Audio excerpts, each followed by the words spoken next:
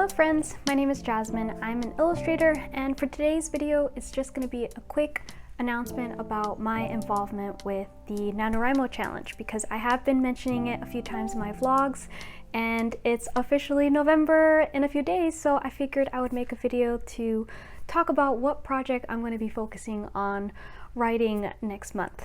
If you don't know what NaNoWriMo is, it stands for National Novel Writing Month, and it's basically a month where you decide to work on a writing project, preferably a novel, with your writing goal to be 50,000 words. In past NaNoWriMos, including Camp NaNoWriMo, which are a lighter version of it in March and July, I have worked on a few stories, but mostly for comic scripts. I did write a little bit on my current project last year's NaNoWriMo, so for last year I did a hodgepodge of different projects, but this year I'm going to only focus on one project, and it's a traditional novel style of project, so I really am gonna not be a nano rebel this year. Now, although my channel is mostly dedicated to art-related things, I enjoy writing and storytelling at the heart of all of the art that I do. So to me, writing stories is kind of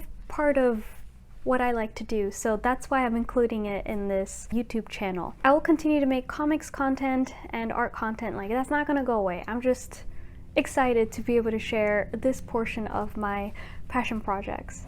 To talk a little bit about what that project is, I've officially called it Mirabelle, and it's going to be a series of novellas. It actually had started off as a short story. It was basically a short story, but the word count was like slightly more than 15,000 words, so technically that would make it a novella, so yeah, that's why I keep using those words, but it's basically a long short story.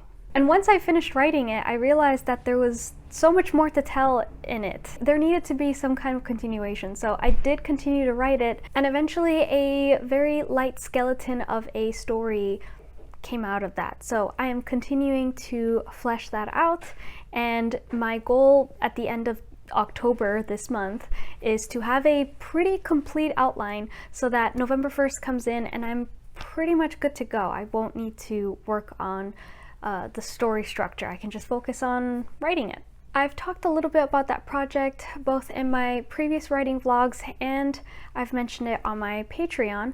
But to give you a quick synopsis of the first novella of the series, which I think there'll be 6 or 7, I'm not sure. The quick synopsis that I have for that one is: Mirabelle is done mourning for her lover's death and suspects it was a murder. In search of answers, she believes Giacomo, a dangerous wizard, knows who killed Claire. But meeting Giacomo will require taking the magical train she was warned not to take, the same train that creatures take to get to different realms in a breath's time.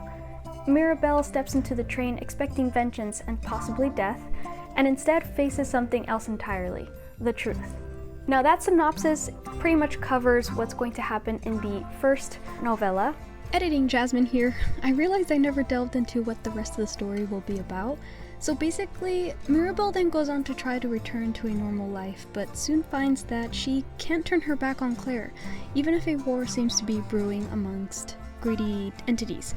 I'm not sure how many more details I should divulge in case of spoilers, but you'll know more about the story throughout my vlogs next month. As the reader, we'll explore more of the magic side of the world hidden in New York City, meeting vampires, witches, and fae, and making friends and alliances with a few of them.